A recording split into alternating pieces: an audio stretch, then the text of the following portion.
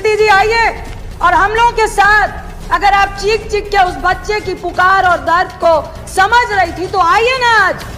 आज gas cylinder 10,054 रुपए हो गया है। आज आप हमारे साथ चीख चीख कर गरीबों की बात करिए। हमारी माननीय मंत्री स्मृति ईरानी जी ने कहा कि जब भूखा बच्चा चीख चीख कर भूख से व्याकुल हो रहा होता है तो सरकार क्यों नहीं सुनती है।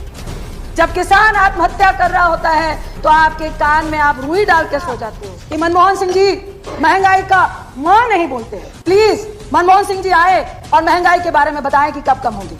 उन्होंने कहा मरो तो मरो आपका नसीब। ये प्रधानमंत्री मोदी जी के शब्द थे मनमोहन सिंह जी के लिए। उन्होंने कहा था कि आप गरीबों के लिए कह रहे हैं मरो तो मरो आपका नसीब। फिर हमारी माननीय मंत्री स्मृति ईरानी जी ने कहा कि जब भूखा बच्चा चीख चीख कर भूख से व्याकुल हो रहा होता है तो सरकार क्यों नहीं सुनती है। जब किसान आत्महत्या कर रहा होता है तो आपके कान में आप रुई डाल के सो जाते हो। आई विश कि स्मृति जी आइए और हम लोगों के साथ अगर आप चीख चीख के उस बच्चे की पुकार और दर्द को समझ रही थी तो आइए ना। आज गैस सिलेंडर 10,054 रुपए हो गया है। आज आप हमारे साथ चीख चीख कर गरीबों की बात करिए। अपने घर की रंजिश मत निकालिए प्लीज, आप मंत्री हैं। इसके बाद मैं सुषमा जी का एक मिनट रंजिता, माननीय मंत्री किसी का नाम लेकर मंत्री यहाँ सवाल नहीं करना चाहिए। स्वर्गीय सुषमा जी की स्पीच को याद करना चाहती हूँ जिन्होंने कहा था कि यह संवेदनहीन सरकार है। यह बिल्कुल भी गरीबों के बारे में सोचने वाली सरकार नहीं है। यह विश्वासघाती सरकार है। आज मुझे कहना पड़ रहा है कि अगर सुषमा जी होती तो वो निश्चित बोलती कि यह संवेदनहीन सरकार है, हमारी ही सरकार है। यह विश्वासघाती सरकार है, हमारी ही सरकार है।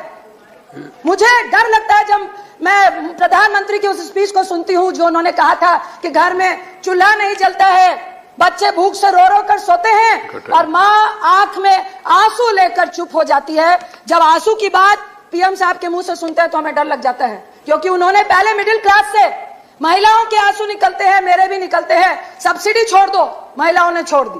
कहा गरीबों को सब्सिडी देंगे, महिलाएं पसीज गई, हम सब ने सब्सिडी छोड़ दी। आज हर्ष क्या हुआ? आज आपने 1600 रुपए का एक झुंझुना पकड़ाकर 7 करोड़ लगभग लोगों को आपने चूल्हा और गैस दिया। आपको मालूम था कि गरीब आपके झांसे में फंसेगा। एक चुनाव 2 चुनाव आपने उज्ज्वला योजना से निकाल लिए। उसके बाद क्या हुआ? क्या वो 1600 रुपए, वो सब्सिडी जिस रेवड़ी की बात आज मोदी साहब कर रहे हैं, प्रधानमंत्री साहब कर रहे हैं, क्या वो रेवड़ी नहीं थी? लेकिन वो रेवड़ी में फर्क इतना था, गरीबों के लिए नहीं थी, गैस एजेंसीज के लिए थी। आप 1600 रुपए गरीबों से ले रहे थे, बाकी का पैसा सरकार दे रही थी। किसका दे रही थी? टैक्स पे ही का दे रही थी। उसके बाद क्या हुआ? आज आंकड़ा है, इतना वक्त नहीं है, लगभग 7 करोड़ घर जिसमें 4.5 करोड़ वो लोग हैं जो उज्ज्वला के तहत आते हैं, एक साल में एक भी गैस रिफिल नहीं करा रहे हैं। 3.5 करोड़ के लगभग वैसे लोग हैं जो साल में एक रिफिल करा रहे हैं। ये किसको दिया था झुंझुना? ये किसकी रेवड़ी थी? रेवड़ी तो प्रधानमंत्री साहब आपने भी दी।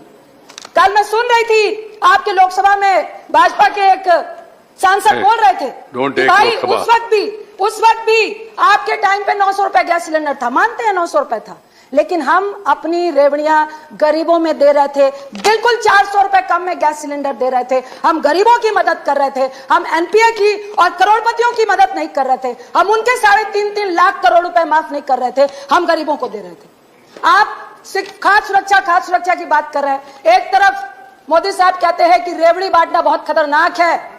मैं प्रधानमंत्री साहब सभापति जी के माध्यम से बोलूंगी, उज्ज्वला की रेवड़ी हो, चाहे आपकी कोई भी गरीबों के लिए रेवड़ी हो, वो रेवड़ी में ना तिल था, ना चीनी थी, ना गुड़ था। ये तिल, चीनी, गुड़ सब कुछ जो लेके गया वो कॉर्पोरेट थे। एक और रेवड़ी की याद दिलाना चाहती हूँ आपको, जियो।